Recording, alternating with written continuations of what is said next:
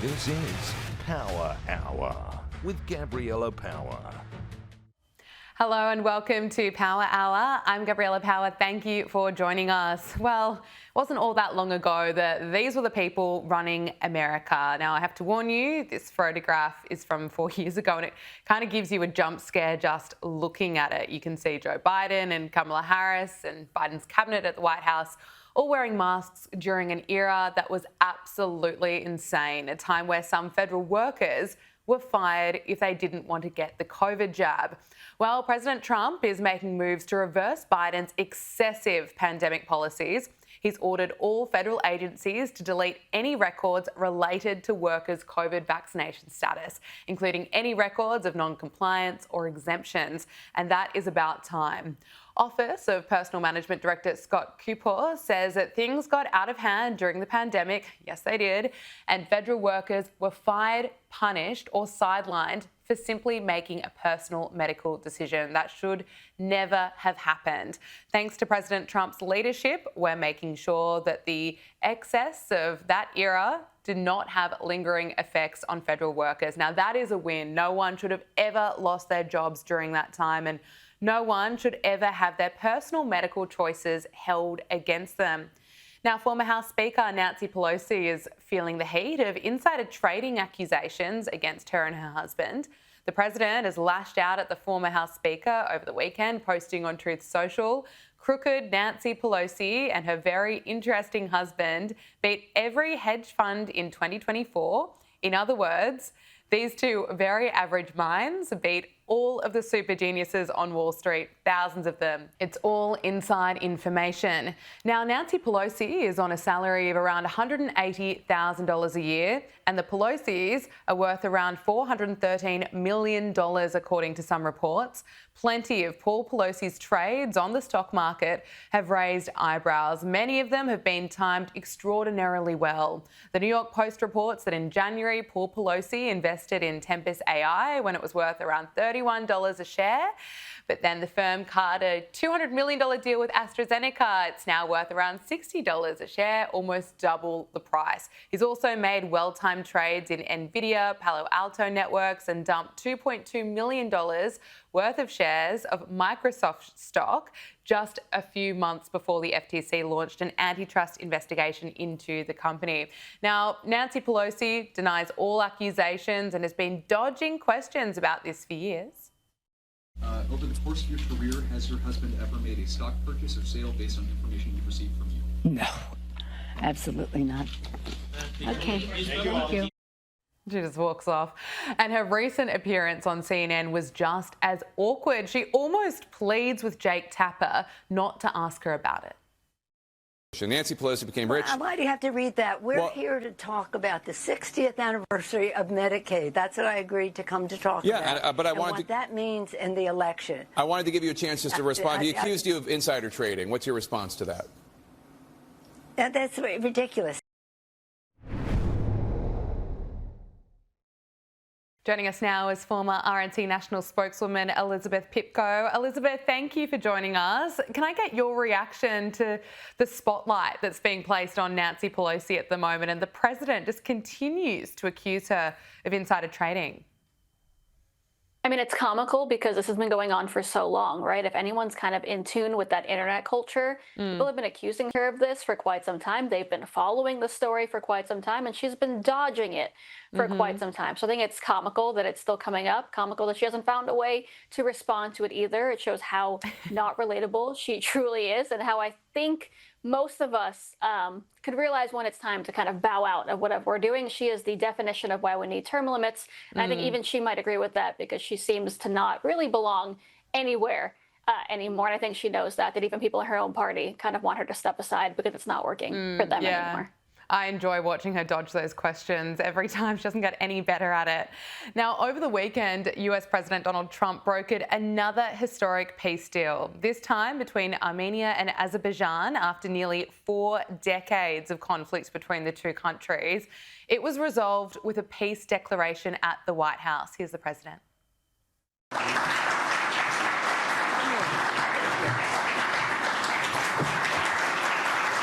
President of the United States States. For more than 35 years, Armenia and Azerbaijan have fought a bitter conflict that resulted in tremendous suffering for both nations. They suffered gravely for so many years. Many tried to find a resolution, including the European Union. The Russians worked very hard on it, never happened. Sleepy Joe Biden tried, but you know what happened there. He tried for probably 12 minutes and didn't work out. And many other countries tried, and they were unsuccessful. But with this accord, we've finally succeeded in making peace. I love how he notes that it didn't work out when sleepy Joe Biden tried. But Elizabeth, Trump has ended conflicts now between Thailand and Cambodia, Israel and Iran, India and Pakistan, and there are calls for him to win the Nobel Peace Prize. Look, I think, again, it's a strange time that we're living in, right? And I think even a lot of people that didn't vote for President Trump would admit that they kind of root against him every single day. I think it's sad how politicized things have become, but it's true. And the fact of the matter is, if this was any other president, they would have been nominated for that prize a long time ago. By the way, probably in his first term for the Abraham Accords. But what struck me with this is my job, right? I have to follow politics for a living. And I even found out about this peace deal later than it actually happened. And the average person that I spoke to had no idea because the media didn't want to cover it because it looks like another win for President Trump and for the world. And it's sad that we've become so politicized. We can't even share in these victories. And the fact that these two nations, like you said, it's been going on for so long. And now there's going to be peace. People are celebrating it. And we can't in America because that would be a win for President Trump. Well said. Now, Donald Trump has announced a sweeping crime crackdown in DC, placing the city's police department under federal control and deploying the National Guard to patrol the streets. Now, Trump says he's going to clean it up real quick like we did on the southern border with illegal immigration. And the homicide rate in DC is among the highest in major US cities. But of course, the Democrats and the mainstream media are in meltdown over Trump's move today. Hillary Clinton claimed that it was unhinged. And this is the coverage on MSNBC. Chris, to be honest with you, I'm trying to hold my temper. I think there's an ongoing argument that he's having in his head with Black Lives Matter. There's an ongoing argument that he's having with the questions around criminal justice reform and police reform. It's interesting that he really doesn't really care about what's actually happening in D.C. on a certain level, because he's not trying to get at the underlying root causes. He's not looking at examples of how to address rising crime rates that doesn't require a form of policing that leads to increased incarcerality and the like. Let's look at what's going on in Baltimore. Let's look at what's happening actually in places like Baltimore and Chicago, right? So part of what we have to do is to understand. And Oakland. We have to understand this, Chris, within the context of Donald Trump's racial politics and within the context of his effort to get Epstein off the front pages. Elizabeth, I want to get your thoughts on Trump's decision and also that analysis on MSNBC that this is actually part of Trump's racial politics.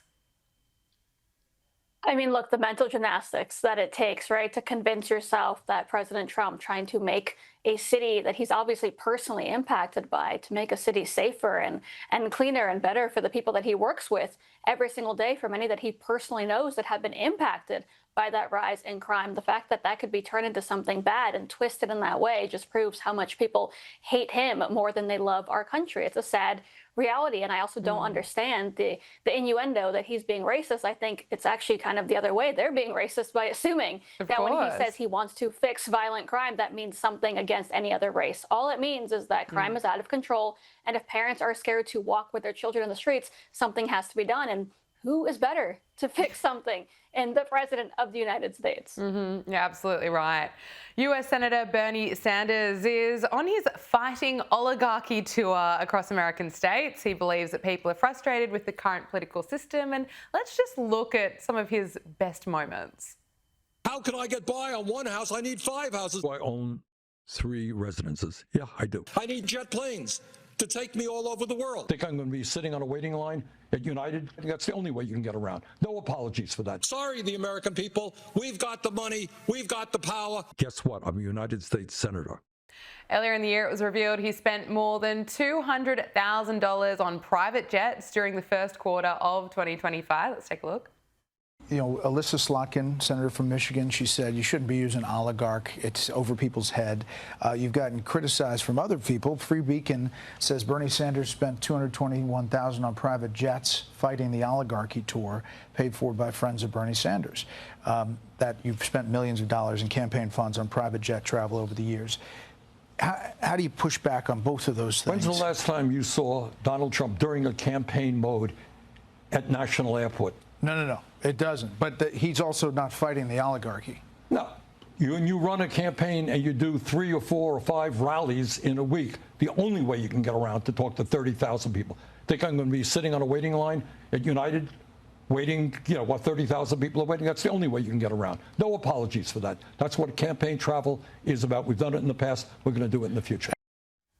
His tour is about fighting oligarchy, but of course scoffs at the idea of not flying private. But it's interesting, Bernie Sanders called out former Vice President Kamala Harris and slammed her failed election campaign, saying that she had too many billionaires telling her not to speak up for the working class. Look at this. One of the reasons, in my view, that Kamala Harris lost this election is she had too many billionaires telling her not to speak up for the working class of this country. He then doubled down on this claim during an interview on CNN. And before I get to more of CNN's coverage on this, Elizabeth, can I get your reaction to Bernie Sanders fighting for oligarchy tour and, of course, his criticism of Kamala Harris?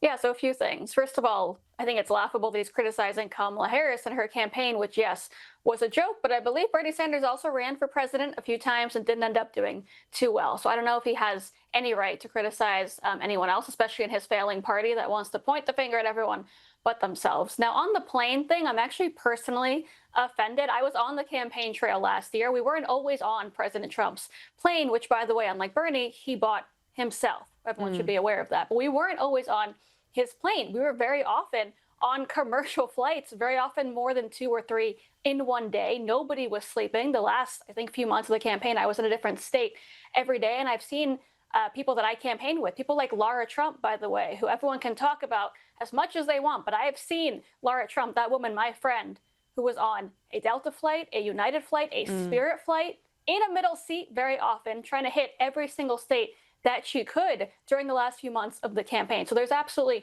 no excuse for anything that he's claiming, and no excuse for this behavior, by the way, which is so not relatable, especially for the message that he claims to believe in. Absolutely. Well, let's look at how CNN covered this tour. CNN's Dana Bash sat down with Bernie Sanders for an interview where she complimented him so much he was almost blushing and he was giggling, and she compared him to the Pope. Look at this. Something that I'm sure you have seen, a Gallup poll. Did you see this Gallup poll? Yeah. And what the Gallup poll found was that you are one of the most widely admired Americans, and I believe you're only second to the Pope. You want me to declare my candidacy for Pope? I don't think that you're eligible for a lot of reasons. Then I won't do that. I watched you tonight. I've watched you for a very, very long time. You're obviously still full of vigor and intensity for the things that you're passionate about and have been for decades. Is there another presidential run in you? Oh, God. Let's not worry about that. I am going to be 84 years of age next month, as a matter of fact. Oh, it's just embarrassing. Elizabeth, what did you make of this? I mean, it's classic Democrat behavior, right? When has Donald Trump ever sat and been fawned over like this? Not to mention, I've seen a lot of polling showing Donald Trump being extremely popular. Nobody ever talks about it like this. In fact, they actually laugh at it and try to mock his supporters, which is the reason they continue to lose. But again, Bernie Sanders ran for president and it didn't work. So he's obviously not that popular with the people of this country. And that's, I think, what should matter to him. JD Vance has declared that a lot of people are about to get indicted over Russiagate. He believes that the recent disclosures from the Director of National Intelligence, Tulsi Gabbard, is evidence of a gross violation of the law. This, of course, comes after Tulsi Gabbard alleged that documents show the Obama administration promoted a contrived narrative that Russia interfered in the 2016 election. Here's JD Vance. You don't just indict people to indict people. You indict people because they broke the law. But if you look at what Tulsi and Kash Patel have revealed in the last couple of weeks, I don't know how anybody can look at that and say that there wasn't aggressive violations of the law. The Vice President was pretty clear there. What can we expect? Well, look, I'm hopeful that we see some kind of movement on this. I think too many times people get excited about something and then it doesn't happen because the government can't always deliver for the American people like we want it to. At the same time, I think J.D. Vance is right. He's the Vice President of the United States. He's seeing this evidence in front of him of what went on that should never have happened, that should never be allowed to happen in the United States of America. And he's saying we have to do something about it so that it never happens again. The fact is he's not wrong. A lot of people have questions about what happened in 2016. And it's actually not just people who voted for Donald Trump. It's not just us that think that Barack Obama and Hillary Clinton actually did conspire to hurt him and make sure that the American people were hurt as well. It's actually folks that voted against him, that believed the Russia hoax, that have no idea why millions of United States tax dollars were spent. And it turned out, obviously, that Donald Trump did not collude with Russia. It turned out they spent every single I guess you could say weapon, unfortunately, at their disposal to try to turn this country upside down, ruin 4 years of Donald Trump's term, and obviously use only the American tax dollar and the energy of the American people to do so. It's actually shameful whether you're talking about those who are Republican or Democrat, because what they did impacted every single person in this country in a negative way. So I'm hoping we see something come out of this investigation, because we deserve answers and people deserve to know what was done by their own elected officials against this country. Absolutely. Finally, J.D. Vance also appears to have extended an olive branch to Elon Musk. After revealing that he didn't think that the Tesla CEO would take his call, J.D. Vance said that he does want Elon to come back to the MAGA movement by the midterms. My argument to Elon is, like, you're not going to be on the left, right? Even if you wanted to be, and he doesn't, they're not going to have you back. That ship has sailed. And so I really think it's a mistake for him to try to break from the president. So my hope is that by the time of the midterms, he's kind of come back into the fold. But yeah, I don't know that he would take my call right now about anything. Really? I'm sure he would. I kid. I'm sure he would take my call. But obviously, the drama around him and the White House over the last couple of months. Again, my hope is that just kind of cools down a little bit, because he did help us a lot in the election. The president even says all his frustration, Elon was a very, very critical part of the team last election. And so my hope is by the midterms, things are kind of back to normal. Right. Yeah. That would we'll be see. nice. We'll see. I was going to. Elizabeth, is this a good idea, or do you think there's potentially too much chaos around Elon? You know, I think when your country is at stake, all that chaos kind of goes out the window. The fact is Elon Musk was not a Republican. I think he was a strong Democrat for quite some time, and he only threw his support behind President Trump in the summer before the election, right? A few months out after President Trump was unfortunately shot at. It took something as chaotic as that for him to say, hey, at this point in time, we have one choice to make. We have Kamala Harris and Donald Trump, and this is my pick. And I think when the midterms roll around, it's going to be the exact same thing. The fact is he's not going to have a new party that's going to, make some kind of groundbreaking movement in these midterms. He's going to have a choice to make, and that's Democrat or Republican. And I believe regardless of what chaos Elon Musk, Donald Trump, J.D. Vance have between them, when you think about the country, you make the right choice. And I believe Elon Musk is going to go out and make the same choice that he made in 2024 in that presidential election, because it's not about personal relationships for him. He's too successful to think that way. It's about the future of this country. Elizabeth Pitko, thanks so much for your time. Great to talk to you. Thank you. It's time for Media Meltdowns, and talk show host Jimmy Kimmel may be joining Rosie O'Donnell, Ellen DeGeneres and other Hollywood celebrities who vowed to flee America because of Donald Trump. The late night host appeared on the Sarah Silverman podcast, where he revealed he has his Italian citizenship ready to escape Trump's unbelievably bad America.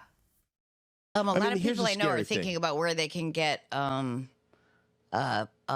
citizenship and I do have Italian.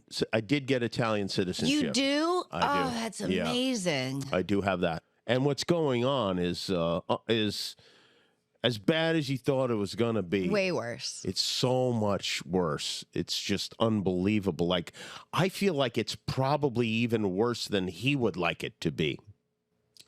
Probably, yeah. Joining us now is political commentator Brylan Hollyhan. Brylan, great to see you. Thanks for joining us here on Power Hour. So Jimmy Kimmel has floated the idea of fleeing to Europe while ranting about how horrible America really is. What's your reaction to all this? Nobody's stopping him from going. I will pack his bags for him tonight and encourage him to leave. We would love that. Jimmy Kimmel, at best, is a third-rate comedian. And genuinely, right now, if you turn on his show tonight, and not a lot of people are, as we're seeing the ratings continue to drop for him, he's a activist in comedian's clothing, and that's why his show is failing, and that's why he'll soon be in the trash heap of history next to his buddy Stephen Colbert. So I encourage them both to buy joint condos in Italy and go use that passport of his. Now, in America, we're seeing younger voters, particularly younger men, shift to the right. We saw that in the US election result, where around 46% of those aged between 18 to 29 voted for Donald Trump last November, which was a 10-point increase from 2020. But the media says there's no Gen Z red wave at all. The Atlantic insists that this is in fact a big myth. The Atlantic has this piece titled "The Myth of the Gen Z Red Wave," and it says that the best available evidence suggests that the youth vote shift in 2024 was more of a one-off event than an ideological realignment. I mean, you're a Gen Z voter. What's really going on here? The left would love to call this a myth, but I've got to tell you the truth. It's actual reality. I see it on my college campus. I was a first-time voter, and I spoke on over 22 other college campuses. Gen Z this was a fluke. This was an anomaly last November. This was a generational shift to the right by a population of Americans that were overlooked by the Democrat Party. That for far too long were told that we were the enemy right here in our own country. I know this will surprise you, but actually calling us Nazis, Hitlers, and garbage is not a way to win over Gen Z. They told us for decades their masculinity was toxic and then came and begged for our vote when it was election time. And Gen Z had enough of that. We were fed up. And this wasn't a one-time thing. Now we actually have a guy in the Oval Office who is working to perform CPR on the American dream. And Gen Z is going to vote for that in the midterm. So the Democrats better get used to being on the losing end of Gen Z, because that's going to continue. Well, let's talk about the Democrats and their rising star, Jasmine Crockett. I want to get your thoughts on if she's doing the Democrats any favors here. She is just earlier in the month labeling the president Timu Hitler. Importance of standing for what democracy is and making sure that it does not fall by the wayside. They understand that we have a Timu Hitler in the White House right now that thinks that he is going to become the dictator of the United States. Well, I got another thing to tell you, sir. The Democrats, no matter whether we're talking about these Texas House Democrats, or whether we're talking about the governor from Illinois, the governor from California, or whether we're talking about New York, or I can go through the states, and it's not just the governors.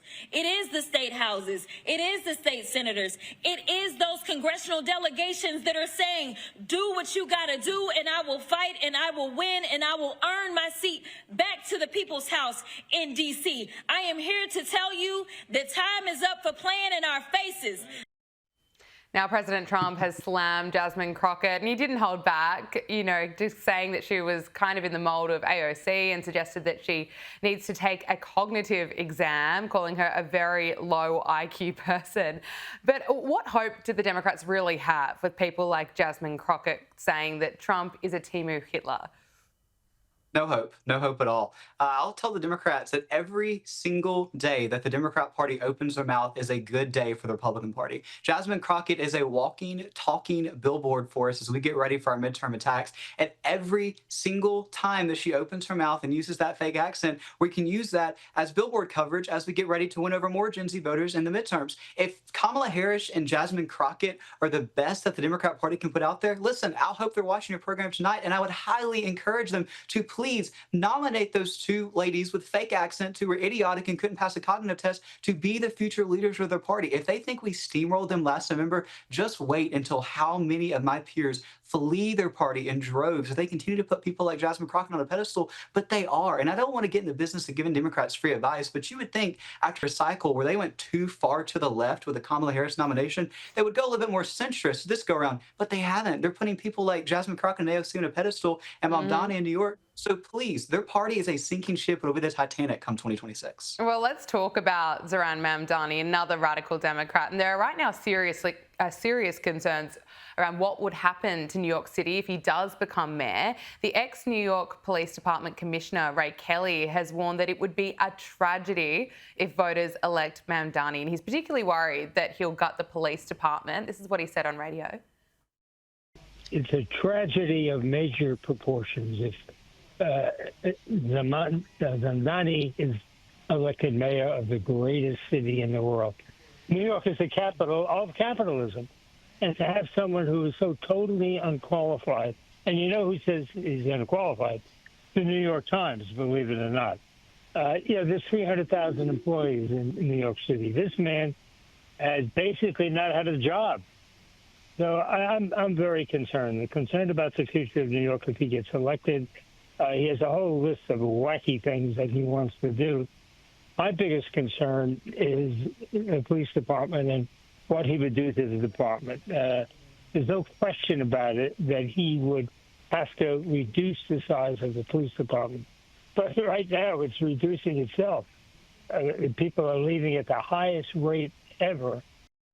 And if you look at Zoran Mamdani's track record, he's previously called to defund the police. It's no wonder we're hearing serious warnings like this.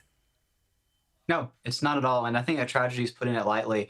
I'll say to my peers who are in New York City, fellow Gen Z voters who think that socialism is just a TikTok trend, it's not. I was in New York City last week. It's a beautiful place with a lot of potential and can really be in a worse off position with this. And that's no secret to anybody. I mean, I just challenge my fellow Gen Z voters out there who are going to get off the sidelines and vote in this election, hopefully not for the socialist candidate who's actually, it's really easy for Republicans to put labels on candidate socialist. He's like a proud socialist, which is a crazy concept.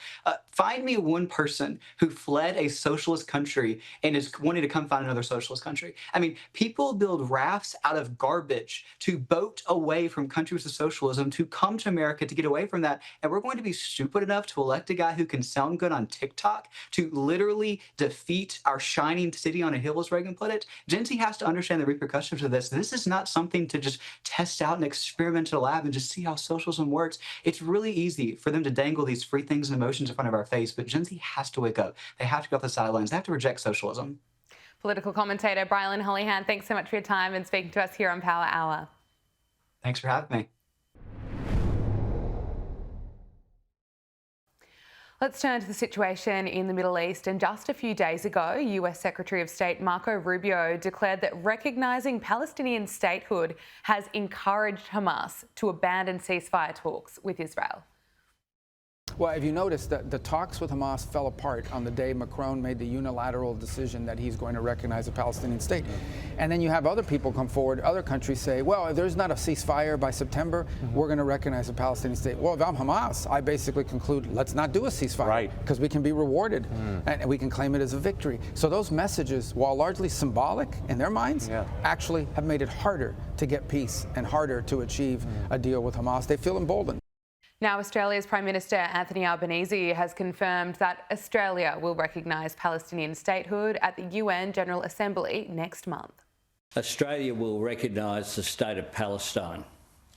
Australia will recognise the right of the Palestinian people to a state of their own, predicated on the commitments Australia has received from the Palestinian Authority.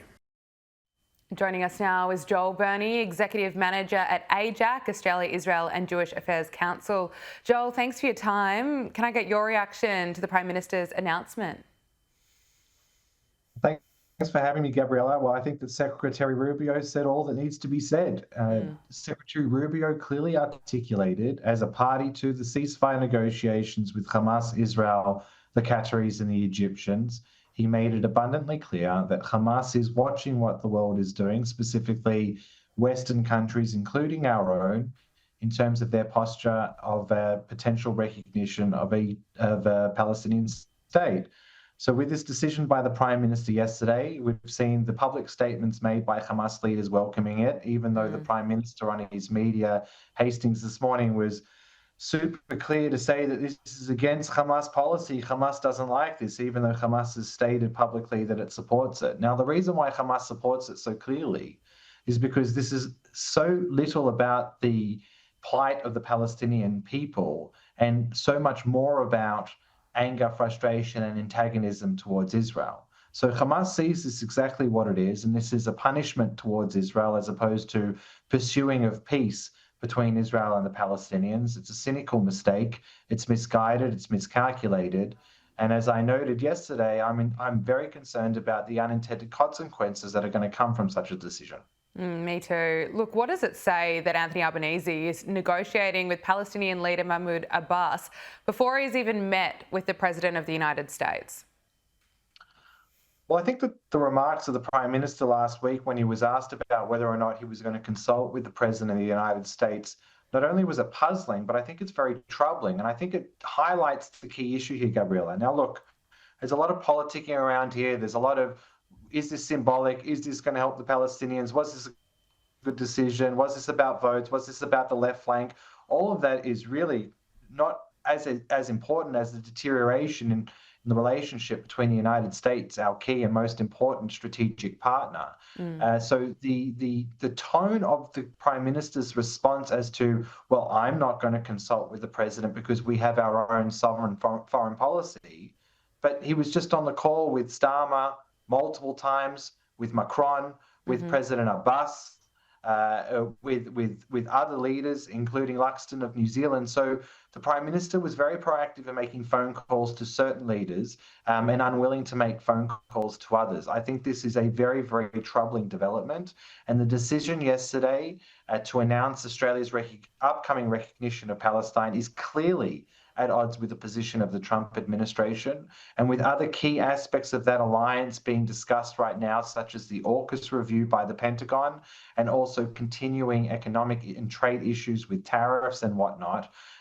Also last night, with Chris Uhlmann's new show, you had a lot of Australian military and defence experts warning of the potential of war to come to our shores. I think the Australian public, Gabriella, needs to wake up and see that this type of foolish pursuit by the Prime Minister is hampering and deteriorating very important relationships with other partners. The Prime Minister was doing the breakfast TV rounds this morning and he didn't seem that prepared. Take a look. Hamas don't support two states. They support one state. In their own words, from the river to the sea, from the Jordan River to the ocean. To the ocean. I mean, it's the Mediterranean Sea, and he sounds like protesters at college campuses that we saw going viral on the internet that had no idea what river, what sea. Look, I think your viewers can make their own judgments and determinations on that little slip from breakfast TV this morning. But what I will underline is that this is an incredibly historic and complex conflict. It is not something that leaders can just fly in and fly out and think they can wave a magic wand and rid the world of a conflict that has been going on for longer than 7 decades. This is not something that the symbolic gestures of Western leaders or the pronouncements of premature recognition of a state that doesn't exist is somehow going to end the war, end the conflict, and we're all going to live a happy day. It's completely devoid of any type of appreciation to what is important in the region and the complexities of the problem. And I'll sum it up like this, Gabriella. Not one Palestinian life was impacted this morning when they woke up to the decision of Prime Minister Albanese's announcement. When Australia ultimately recognizes in September, the lives of Palestinians will not change one iota, which means that all the political capital that's expended, all the potential deteriorations of the strategic relationships, especially with the United States, will all be ultimately for nothing, for a foolish pursuit on something that is not going to actually make any material benefit to the people in the Middle East. What needs to happen is very simple.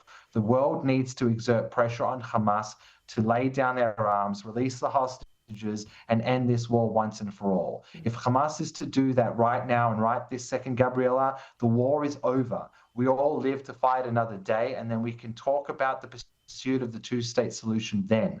Now it is premature, and unfortunately, even if there are virtuous intentions and good intentions behind this pursuit, and even if the Prime Minister and Foreign Minister think in their hearts of hearts that they, as self-professed non-players in the region are going to usher in an era of peace in the Middle East. Unfortunately, they are mistaken. And putting all your eggs in the Palestinian Authority basket historically shows you that it is going to end in tears.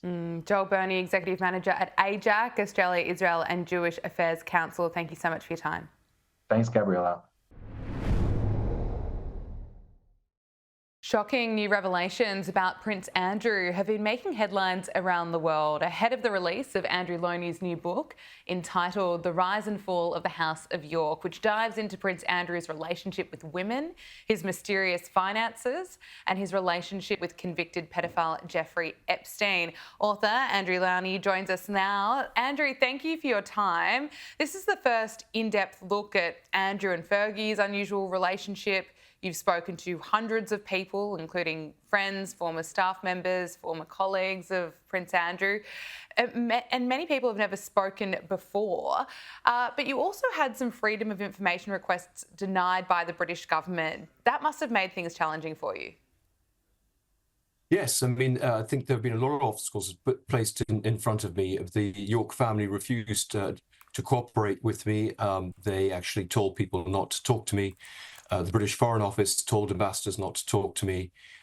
And we found, as I say, with my research, that literally hundreds of FOI requests for the papers relating to Andrew's time as a special trade envoy between 2001 and 2011, when he was paid for by the taxpayer, are still closed. These papers should actually be within the National Archives anyway. So yes, and there's been some pushback from establishment figures here in Britain against the book. But I stand by it. It's 4 years research, as you say, several hundred people who've never spoken before talking. And I think they're talking, these senior diplomats and, for example, naval officers, because they were shocked by the brazenness of the way this couple have leveraged their royal position in order for their own personal financial gain. And also have not told the truth about the extent of their relationship with Jeffrey Epstein. Both of them had close relationships. There were 18 phone numbers for Sarah Ferguson, 16 for Andrew in Epstein's Black Book. And their relationship began about a decade before they claimed it did. And it continued long after they claimed to have cut off all ties. So yes, it's an extraordinary extraordinary revelations in the book. And I absolutely want to dive into the relationship with Jeffrey Epstein, but how would you describe Prince Andrew and Fergie's relationship? It's quite unusual that they live together despite divorcing decades ago. Yes, I mean, people are surprised by the relationship. They describe themselves as the happiest divorced couple in the world. They married in '86, separated in '92, and divorced in '96. But actually, what they have had, I think, is an open relationship. That you're right, they do live together in a 30-room mansion, so they don't have to sort of tiptoe past each other too much. But they have stuck together. He supported her when she went through all sorts of scandals of her own, and now she's supporting him. But really, she sticks in there because her whole raison d'etre is to be part of the royal family. So she has to be there. And I think he feels guilty for the way he treated her, or at least she makes him feel guilty. And so he sticks in there for her now. But, you know, his mother paid a lot of her debts, and those debts, of course, were taken over by Epstein, who paid many more of them. Well, let's talk about those finances, because the book dives into Prince Andrew's finances and allegations of corruption. Can you talk to us about what you discovered?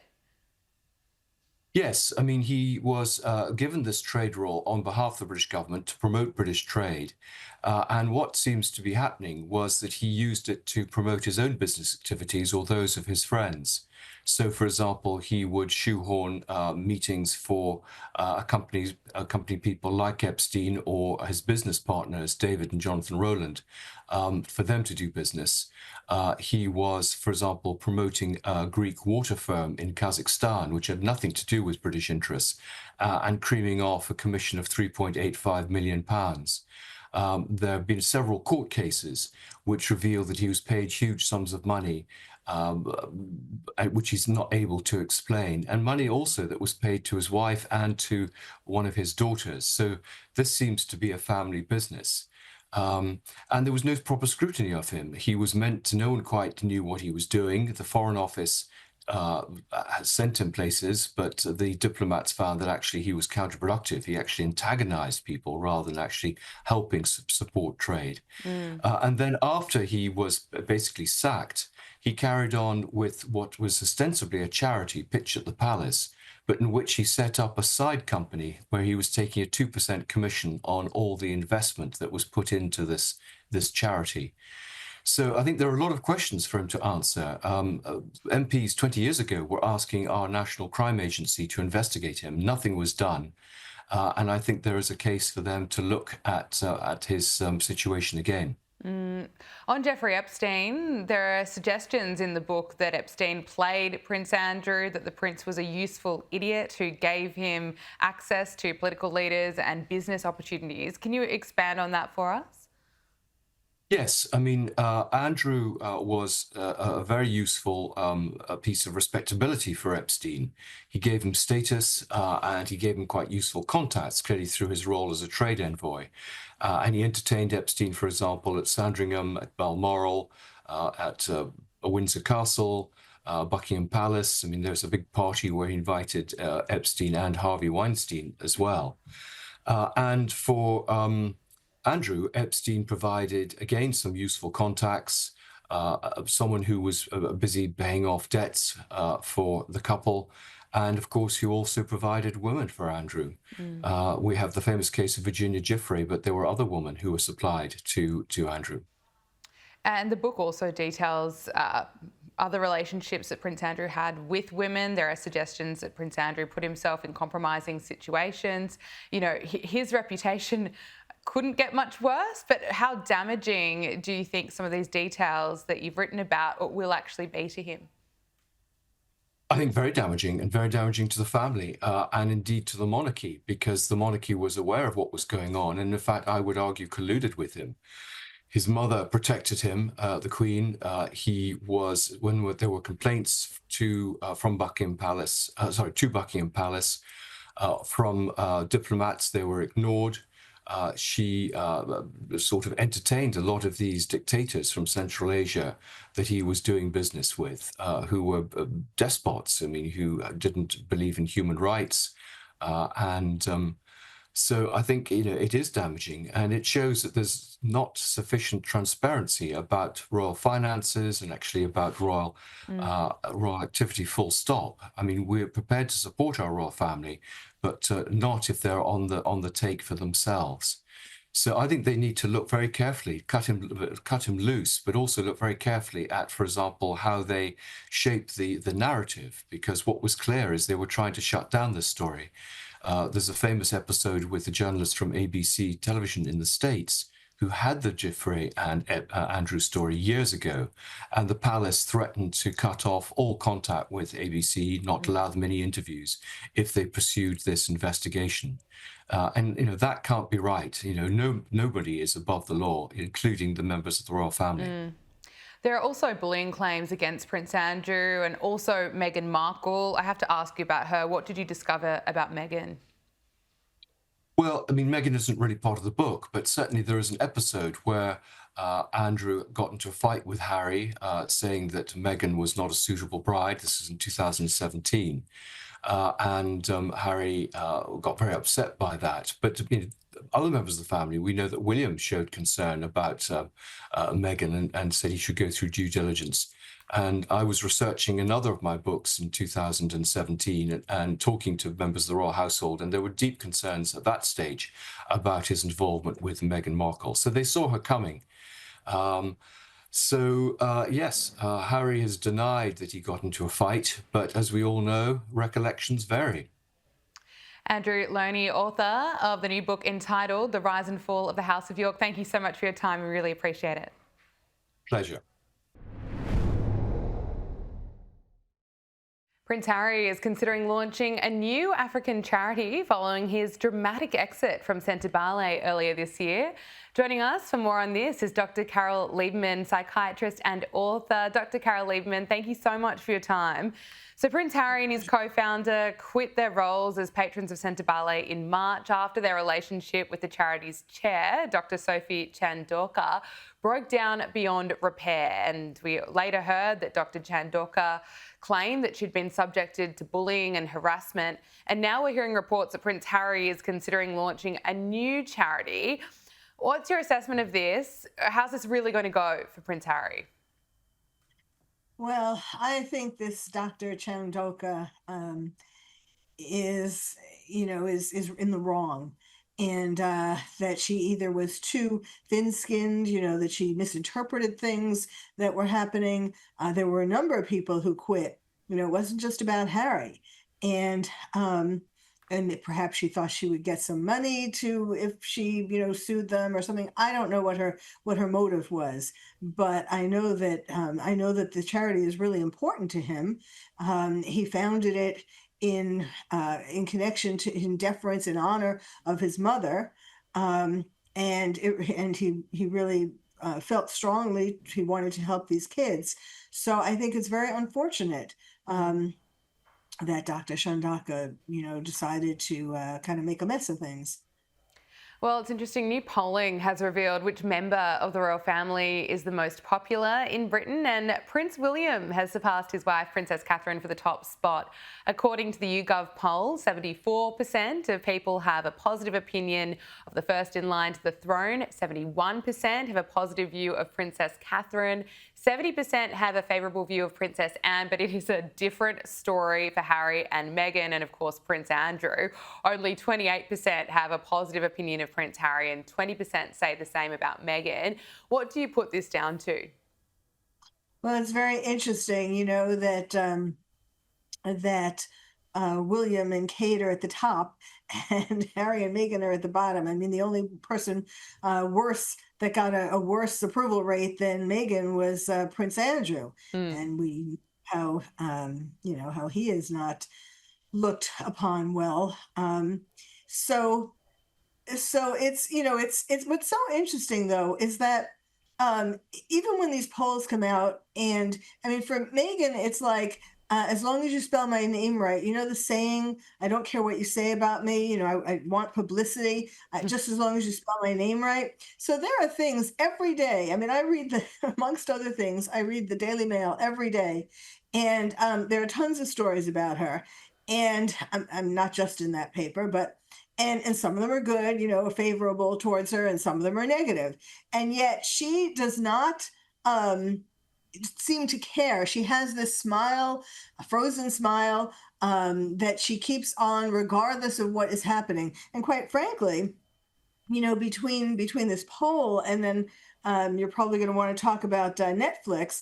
I think that things aren't going very well for her. And that's not just my opinion, but in general. And yet she somehow manages to sort of hold her head high and pretend that she's not bothered by it. Well, let's talk about that next Netflix deal, rather. Prince Harry and Meghan Markle have extended their Netflix partnership, signing a deal reportedly much less than their previous $100 million one, according to Page Six. So we've already had with Love, Meghan. What else can we expect from this? Well, Netflix is in a very strange position. Actually, what they did, with this first look deal, a first look deal is where all that means, it doesn't mean that they are going to do anything, that they're going to put on any show where they would be paying Harry and Meghan money. I mean, they have promised to do with Love Meghan, or, also for Christmas, a Christmas special. But other than that, a first look deal just means that they have to show Netflix they have to show Netflix first any project that they want to do. So if Netflix wants to buy it, and do it, then fine. But if they don't, they can pass on it.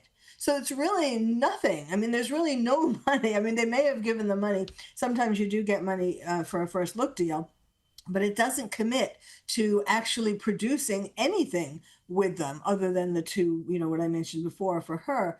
But So, and basically, it is a way to save face, for Netflix to save face. I mean, Netflix made a ton of money in the first project that they did, when they revealed all the secrets, the royal family secrets. They made a ton of money. There were a ton of viewers. It was one of the top, if not the top show at Netflix. And so they sort of have this feeling that they don't want to let them go altogether. Like, in other words, if they would reveal some more secrets, they could have another top show. Of course, the royal family is concerned about that because, spilling more secrets. So it's kind of, they're sort of on life support when it comes to Netflix. Well, they've spilled plenty of secrets. Who knows if there are any more to come. But I want to ask you about something Bill Maher has said. He said that the US presidential election showed that left-wing censorship is dead. Now, he was speaking with actress Drew Barrymore, and he was speaking about the truth and speaking freely, and he said that it's slightly less dangerous than it was 2 years ago because we did have a vibe change and because the Democrats lost so badly in 2024. Now, since Trump has returned to office, Bill Maher has been slamming the woke left. He correctly labelled Whoopi Goldberg stupid for saying being black was the same as being a woman in Iran. He blasted the lunatics going crazy over the Sydney Sweeney American Eagle ad. But what's your assessment about Bill Maher's comments here? Has there been this significant vibe shift since the election? Well, I do think there has been a significant vibe shift, in that people are realizing that maybe they are on the wrong side. Maybe this isn't to say that wokeism has gone away completely by any means, but there is a change. And I think because people are beginning to see that Trump isn't all that bad, at least not as bad as, what they had said beforehand. He isn't Hitler, as the Democrats were trying to say. No, still saying. Well, some of them are still saying. That's why I say it hasn't totally made a difference, but there is a vibe change.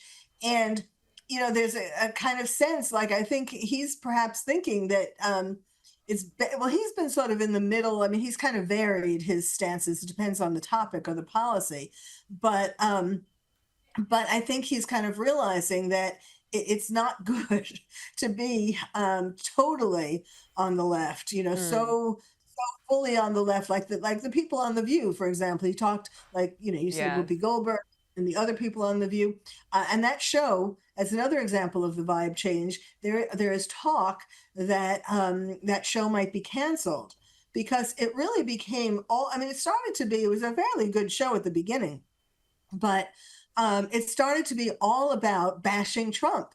And that kind of got boring to some degree. It got really obnoxious at times. It was really on the edge and not in a good way. And so there's even talk, some people are thinking that they might get canceled. Well, I think there's a lot of hope for that, for sure. Dr. Carol Lieberman, we have to leave it there. Thank you so much for speaking to us and joining us here on Power Hour. Great to talk to you. My pleasure.